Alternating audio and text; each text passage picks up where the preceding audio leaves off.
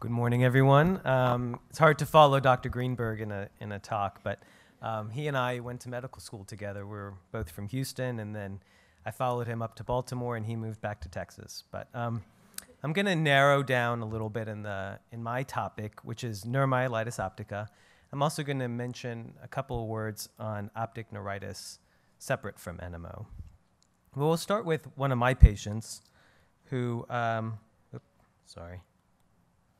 who's this young lady with the band across her eyes, who was a point guard for one of the inner city Baltimore high schools, who took her team all the way to state championships twice in 2006 and 2007. And when she first came to see me, she had trouble catching the basketball. She had depth perception problems. And we realized that she had optic neuritis. And what we didn't know at the time was that the cause was NMO.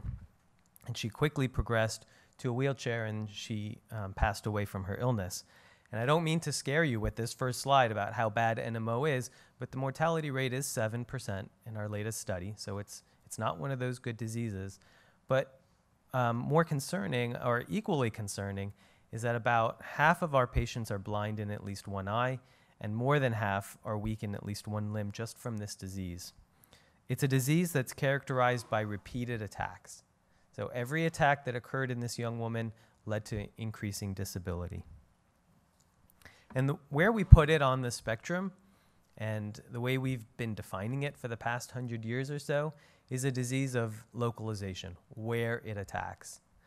So you know now that transverse myelitis, by definition, is involvement of the spinal cord, inflammation of the spinal cord. Neuromyelitis optica is a little bit higher up. It involves spinal cord, but also brainstem and optic nerves. And that's in contrast to MS, which can involve the entire neuraxis, optic nerve, brain, brainstem, and spinal cord. So NMO sits right here in the middle, and if you're a medical student and you learn anything about NMO, this is what you learn. It's a disease that predominantly affects the optic nerves and spinal cord. But in 2004, our idea of what this disease is radically changed. And this is what we really need in TM. In 2004, colleagues at the Mayo Clinic identified something in the bloodstream that's associated with NMO. It's an antibody. And the way they did it is a pathologist would sit down at a microscope and look at tissue slides of mouse, brain, stomach, and muscle, smooth muscle. And they would pass the patient's serum over this tissue and see what stuck. And if it had a pattern just like this, the pathologists put those cases together and said, you know what? They all have the same disease pattern, inflammation of the optic nerve, brainstem, and spinal cord. Why don't we put these folks together and see if this is a separate disease? And that's how we discovered the antibody. That's how the Mayo group discovered the antibody to NMO. A year later, they figured out exactly what it binds to. You could put an antibody against a specific protein to aquaporin 4, along with the patient's serum. I'm not sure if you could see this. It's in red, and they stick together. So it's the same target. So that's how they figured out that patients with NMO have an antibody against this water channel that's called aquaporin 4. And now that we know the target of the immune response in NMO to aquaporin 4, we can start to study it. In the spinal cord of a human being, you have all these supportive cells. About 85% of the cells in the spinal cord are these supportive cells. And they're called astrocytes. They support the neurons. They clean up after them. They feed them. They transport solutes in and out of the blood vessels. And on astrocytes, aquaporin 4 is expressed at the end feet. So you can imagine these cells sitting in the spinal cord. They wrap one process around a blood vessel, here shown as this circle. This is the end foot of the astrocyte. They wrap around a blood vessel on one side, and then they wrap around a neuron on the other, and they transport things back and forth. And aquaporin 4 transports water. That's its function. But it turns out that the function of aquaporin 4 has nothing to do with this disease at all. It's just the naive target of an aberrant immune response. So when the immune system directs its attack against aquaporin 4, it's simply a matter of the aquaporin 4 being there, and it's the target of the disease. It's not really how it functions that matters here. But what this did in the whole field, and this is why we really need to find biomarkers like this in transverse myelitis, is it really changed how we think of NMO from a disease of localization of optic nerve and spinal cord to what we call an antigen-specific disease. Now we know the exact target of the immune response, and here is a bullseye. You can see astrocytes here, but aquaporin 4 is the specific target of this disease. For those of you with MOG antibody disease, it's a similar phenomenon, slightly different history, but now we also have an antibody against a specific protein on myelin, and that is now also an antigen-specific disease. So as we learn about more and more of these antigen-specific diseases within the family of NMO spectrum disorders, that's what the SD on NMO stands for, spectrum disorders, we've now started to classify it. And we're categorizing NMO within the family of NMO spectrum disorders, which also includes MOG antibody disease and transverse myelitis and optic neuritis. So this is sort of the big tent of the, what I would think of as the big tent of the TMA. And then the next thing that we do is we specify whether there's an immune response against a specific protein or not. And if you have an immune response against aquaporin 4, then your diagnosis is NMO. That's pretty simple. If you have an antibody response against MOG, it's a little bit more complicated because we want to know a little bit more about your disease before we classify it. There are patients, for example, with ADEM who have a MOG antibody. There are people with mostly optic neuritis who have the MOG antibody, and there are people with encephalitis, inflammation of the brain, who have the MOG antibody, and all of these may be slightly different variations of the MOG antibody disease. Then if you don't have an antibody at all, you could still have a lot of the same clinical features, but we put you in a different category because we want to study you. And so, for example, monophasic idiopathic TM sits over here in the group that tests negative for aquaporin 4 and for MOG, but it's a disease specifically of the spinal cord, and it's a one-time attack. So if we take all those patients and try to look for biomarkers of this disease, we may, in the future, find a specific antigen. Now back to NMO, if we characterize it now based on patients who test positive for the antibody, we can put these patients in a circle up here on two axes. One is the recurrence rate, or how often attacks occur. And on this axis, the higher the worse. So the more attacks, the higher up on this axis. And MS, for example, an attack on average occurs between once every 2 years to once every year. With NMO, the attacks were much higher. We've gotten better at controlling those, but before we had good treatments, attacks could occur about once every 7 months on average. The other axis that we look at is called humoral autoimmunity, and by this, I mean if we look at the pathology of a tissue, patients who die and have autopsy tissue or from biopsy tissue, we can look at the tissue and make certain conclusions about it. We see complement deposition. Complement is a protein that's normally used by your immune system to kill bacteria. And NMO uses that system to kill spinal cord tissue. You may have heard about complement because Alexion conducted a trial using a complement blocker in NMO. And their ideas came from the pathology of NMO patients. There are also antibody deposits. There are these cells that are called granulocytes that we see in the tissue. All of this contributes to the humoral autoimmunity we see in NMO, and those patients tend to respond well to plasma exchange. So now we can categorize NMO on several different axes.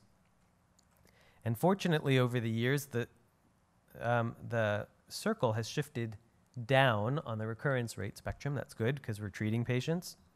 But you could also see it shifted away from MS. There was a small cohort of patients here who kind of had a disease like MS, but they tested positive for NMO, and back then we weren't really sure how to categorize them. Now we've firmly separated the circles.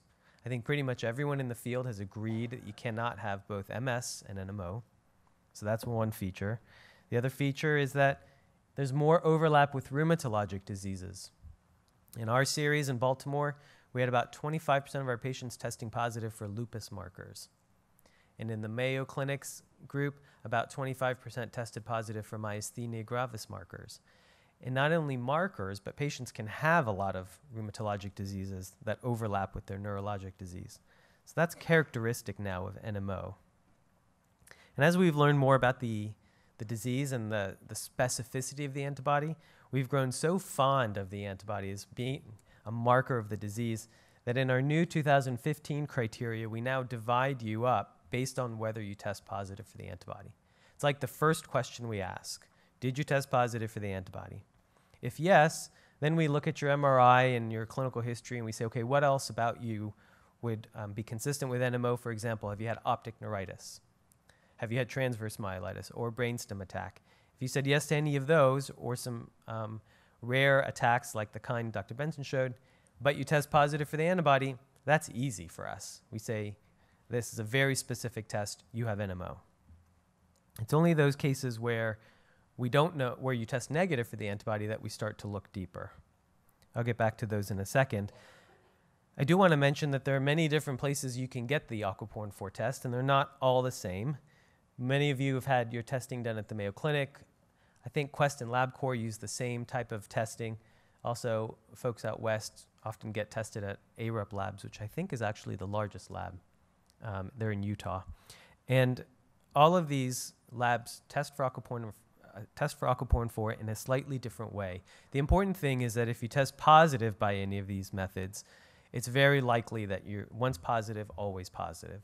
There are a few rare circumstances where a patient may test positive but does not really have NMO. Those could be very, very low titers of aquaporin 4 antibody, depending on which assays used. But by far and away, the majority of patients who test positive are being tested in the clinical context of optic neuritis and transverse myelitis, and that seals the diagnosis. If you test negative, there's a higher threshold for diagnosis of NMO because there are many other diseases you could have. We don't want to miss them. But for those who do have NMO, you have to show that you have 2 lesions in at least 2 areas. So you can't have only transverse myelitis, even if you have 2 attacks. It has to be transverse myelitis and something else like brainstem, brain, or optic nerve. The attacks have to be kind of bad, and they can't really be MS-like. So how do we determine bad attacks? We use MRI as our favorite tool here. And now you're all experts at radiology, reading MRIs. You can tell this is a sagittal section, again, cut halfway down your body. And looking inside, you recognize the gray spinal cord tissue here is disrupted by this white long lesion here. And again, we count the segments of bone here to determine if it's what we call longitudinally extensive. If it's more than 3 bony segments, you qualify. That's very, very rare in MS and very common in NMO. So when we see that kind of lesion, even in the context of a negative aquaporin 4 test, we're thinking towards NMO. When they inject that contrast in your arm at the end of the MRI sequence and the contrast leaks out, it's a harmless dye. But when it leaks out of your bloodstream and it gets into the spinal cord or the optic nerve or wherever your inflammation is, that signals to us that there's a breach, that dye leaked out because the immune system is there and it's causing active inflammation. So if you see on your report or your doctor tells you you have a contrast-enhancing lesion, this is what they see, and that's cause for concern for acute relapse. This is the middle part of the spine, just to show you another example. Again, the nice gray cord, spinal cord here, is disrupted. Honestly, I can't see the white from my angle, but I know that there's a lesion. Let's see, on my computer, it's somewhere up here. And that's what the contrast enhancement does, is it really highlights the area that's inflamed at that moment. And here's just another example down here of another lesion. So with these long lesions on the spinal cord are very, very rare in MS. In this study in the UK, only 3 out of a lot of patients had MS with those types of long lesions. The vast majority had NMO that were aquaporin 4 positive. There were some MOG patients that also had long lesions, and some were ADEM, some were idiopathic because we didn't know what to call it at the time. So not all long lesions are NMO, but the vast majority are. And in our series in Baltimore, we looked at 2 other factors that predict NMO. Not just long spinal cord lesions on MRI, but African American race had a 2 times higher rate, 2 times higher rate of being NMO compared to Caucasian race, and female sex 4 times higher rate. So if you were a female, African American, with a long lesion on your spinal cord, you were very, very likely to have NMO. There's another type of MRI that we see occasionally that is really characteristic of NMO, and that's called an area-postrema attack. Area-postrema is right where the spinal cord intersects with the brain stem. And it's a part of the brain that senses toxins in your bloodstream and initiates a vomit. And so if you have a lesion in this area, you have a lot of vomiting, a lot of nausea, and specifically hiccups. And about 12% of our patients, if you ask them in clinic, if you say, looking back, have you had this 2 to 3 week episode where you were nauseated and vomiting? Everyone says yes. But specifically, did you also have hiccups that you couldn't stop? And they were like, yeah, about 12%. So this is characteristic of NMO. These lesions tend to heal very well. And so we don't have a lot of NMO patients with persistent nausea vomiting. We don't know why these particular lesions heal so well. And then another major component of NMO is optic neuritis. The optic nerve is the nerve that connects the eye to the brain. And it's about 50 millimeters long, connecting the back of the eye to the brain here. And I show you this diagram because we can quantify the length of a nerve lesion in the optic nerve, the length of a lesion. And on MRI, you can see the optic nerves here, and we can segment them and then measure their length. And it's helpful to measure their length because if they reach a length of about 17 millimeters, it's much more likely to be NMO than MS, just right off the bat. If you come in with your first optic neuritis and it turns out to be long, it's much more likely to be NMO or MOG compared to MS. So that's why these MRIs are useful in that way. We also know that NMO lesions tend to be more towards the back end. So here's the eye, here's the optic nerve, and then it enters the skull, and there's a portion of the optic nerve within the skull before it enters the brain. NMO lesions tend to prefer the areas that are closer to the brain compared to MS.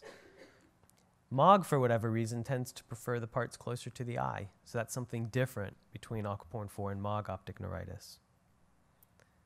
Here's another example. This is the contrast that leaks out of the bloodstream. That's how we know it's actively inflamed. Here's the optic nerve going from the eye to the brain. Here's the other one. And here you can see a very strong enhancement. That's the lesion. That's the active inflammatory process. And one more optic nerve lesion showing you how long they could be from the eye all the way into the skull. You can see that's about a 25 millimeter long lesion. The whole optic nerve there is inflamed. Dr. Benson showed you an example of an NMO lesion in the brain. This is a part of the brain called the hypothalamus. It controls a lot of autonomic functions like sleep and endocrine function, behaviors like that. And in this particular patient, she came in and couldn't stay awake for more than 2 minutes at a time. And we'd wake her up and we'd ask her a question, she'd fall right back asleep. So she had this form of narcolepsy caused by NMO, and we treated her and her narcolepsy resolved. NMO also attacks the brain, but we don't have a great handle on what the nerves should look like. We don't characterize them by their length or their location. They can just kind of be all over the place. This is a study where we published MRIs of all different types of lesions that you can see in NMO. And so those are the types of MRIs we'd like to see in patients who don't test positive for the aquaporin 4 antibody, but it's also incumbent on us to rule out MS. And how do we do that? Well, that's kind of hard. We have this list of red flags, and we go through them and we kind of just use our clinical judgment. And that's what's hard about patients who test negative for the aquaporin 4 antibody. We have to use some clinical judgment to rule out all these other diseases like MS and like sarcoidosis and lots of other mimics that may respond to different treatments. So that's why you come to the clinic, and that's why we scratch our heads, put our thoughts together and try to figure out what you have based on all the clues that we could put together. Here's a current worldwide map of where NMO lives all around the world. And what's interesting here is that the prevalence is approximately the same throughout. So it's about 1 per 100,000 people. There are a few hotbeds in the world. The This red area here, this red dot, refers to the island of French Martinique in the Caribbean, where they've profiled their entire island's population and found that the prevalence is 10 per 100,000. And what all of these studies have concluded is that the prevalence is higher among non-Caucasians compared to Caucasians. And that seems to be different from MS and MOG. And a couple of other epidemiology notes I'll make about NMO. I mentioned we recently calculated the new mortality rate. Prior to our study, which was just published this year, the last mortality study was 1999, where it was 32%. And so patients would get the diagnosis of NMO, they'd make an appointment to see their NMO doctor, and then they'd go online, and they see the mortality rate of 32%, and they'd have, some general anxiety about that, and I can understand that. And that was since 1999. And a lot has changed since then. We've started treating patients with medications that we thought would help. And it turns out they probably do, because the mortality rate is now down to 7%. So we've made some improvement there.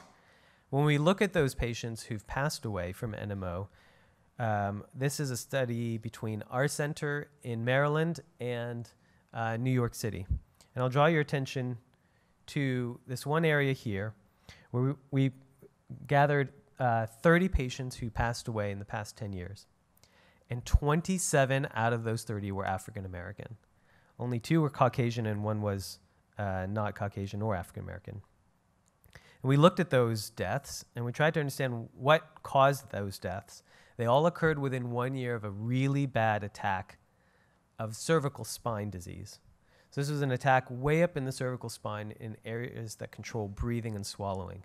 And those tend to be very important. And they all occurred in, like I said, those African American patients, and they were in their 40s and 50s. These were not old people who died as a result of long-standing disease. These were single attacks that led to that, to those early deaths. Like I said, mortality rate is much better. In addition to mortality, I mentioned the morbidity of about 50% being blind and about 60% being weak in one limb. Turns out the majority of those patients are also African American who have those disabilities. If you look at the rate of vision loss in in blacks compared to whites, it's more than double. If you look at the patients who are independent, who can walk, about 60% of our white patients can still walk, but only 43% of African American patients can walk independently. So there's certainly some genetic component here that we need to understand. And this was looked at recently in a big study. You recognize Dr. Greenberg's name. A lot of these folks are here in Boston. And what they did was they took your DNA, patients with NMO, and they looked for mutations, differences in your genetic code compared to the reference population. And they narrowed in on a few different genes, mostly located on one specific chromosome called chromosome 6. And what they were looking for was this idea that if you have a rare disease, that's 1 in 100,000, maybe you have a rare genetic mutation. So that's the first thing they were looking for. They didn't find that, but they did find 2 genes, these 2 genes, that had mutations that were more common in NMO patients compared to non-NMO patients. So the genes here are, one is immunological, one is close to being an immunological gene. And you can see here that 62% of patients had a mutation in this gene, had this specific conformation, and only 42% of controls had it. And in this gene, 31% of NMO patients had this mutation, whereas only 10% of controls. So you might say, well, that's not clinically meaningful. But another thing that they did is they looked at the number of different genetic copies of these genes. People tend to have lots of copies of different genes, and one in particular of a complement gene called the C4a, C4b gene. Most people have 4 copies. And it turns out in NMO, a lot of patients had 3 or only 2 copies. We don't know what that implies, but since we know complement is involved in NMO, then perhaps this might be related. These are the types of studies that are going to be helpful to understand what causes NMO.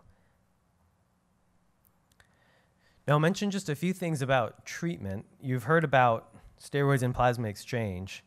Those are the types of treatments we use for patients who are having an acute relapse. So I liken acute attacks to a fire that you're trying to put out. And that's what steroids and plasma exchange are useful for. But then in NMO, we know that there's going to be another attack. So we want to initiate prevention to prevent the next attack. And so these are really two independent or sort of parallel treatments that we think about for NMO. The standard of care for treatment of relapses is the same whether you have NMO or TM or optic neuritis. We all use high-dose steroids, which have been approved in the 80s for MS, and we adopted it from those MS studies. And then if you don't improve pretty quickly with MS, with steroids, we escalate you to plasma exchange. And that's been pretty standard, and we know that it works, and that's what we use for most patients. But there's also a question of timing. So I get this question a lot about patients who have an acute attack of NMO. When should they come in for treatment? And the answer is the sooner the better. And we have data now to support that. And what this data shows is that if you want to recover back to baseline, which is to get a dot way up here, then there are two ways you could do that. The first way that you could do that is to present to your doctor before you get too severe. Okay, so when you get to a point on this axis, which is called the EDSS score, that it's basically a measure of the severity of the attack.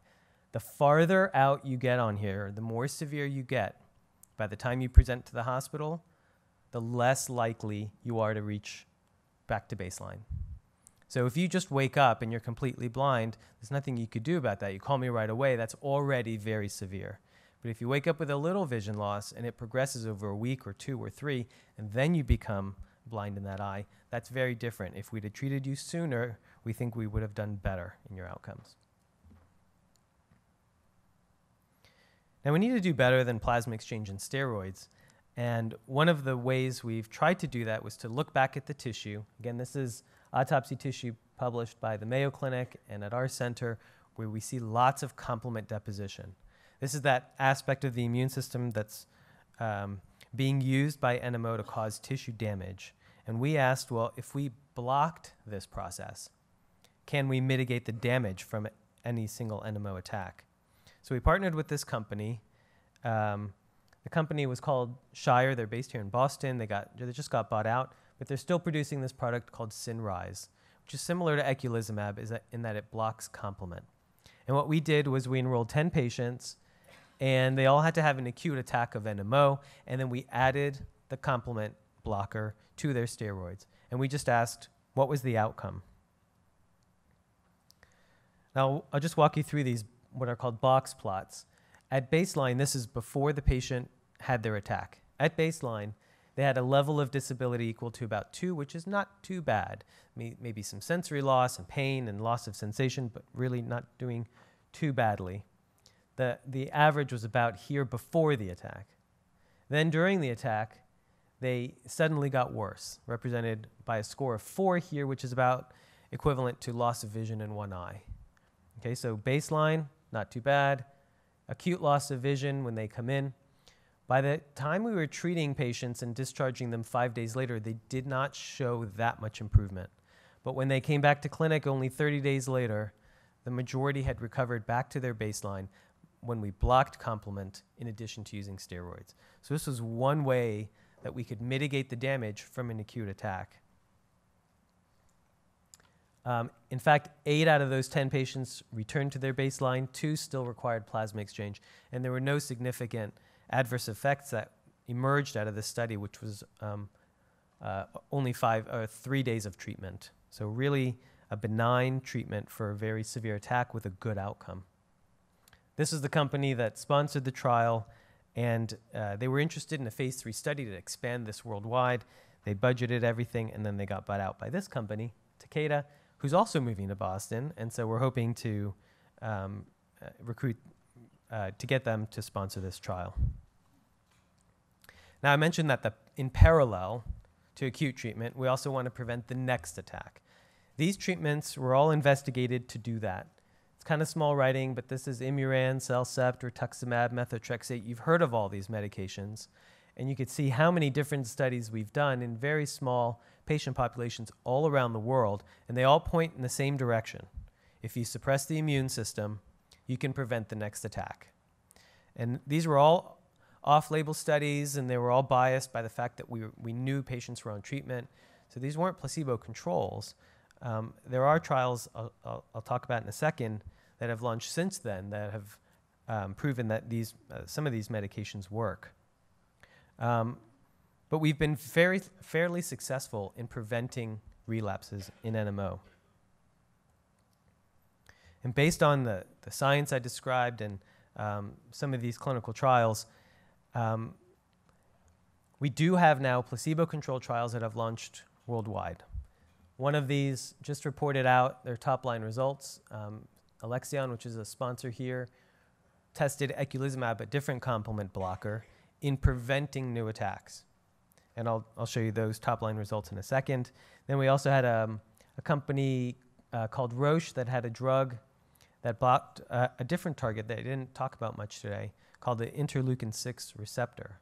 And they have a drug that blocks that and may be helpful in preventing relapses as well. The name of this compound is called Eculizumab, and they also reported top-line results in their study in Europe. There's still an ongoing study in the US.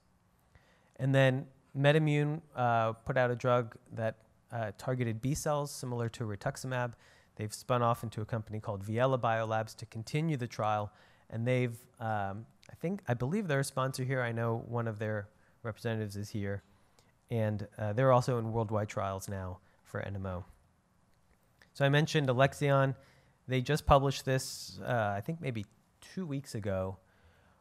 They enrolled 142 subjects and found that, that their drug, Eculizumab, reduced the risks of a relapse by 94%.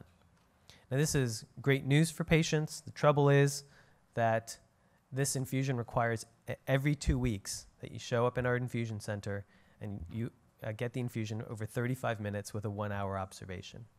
So it's not easy, and we've started experimenting with home infusions to see if that's more logistically feasible. But even that's very difficult. So a lot of these folks will have to fail rituximab or Cellcept or something else before we try to impose that kind of logistical challenge on them. But it is a very effective drug and proven to be useful in NMO. So that's all I have. I have a picture here of my kids. I have a 9, 7, and 5-year-old, and these are all the folks in my lab who help to do all the science in the clinical trials. And I think we have time for questions in the panel section. Not today. Thank you, though.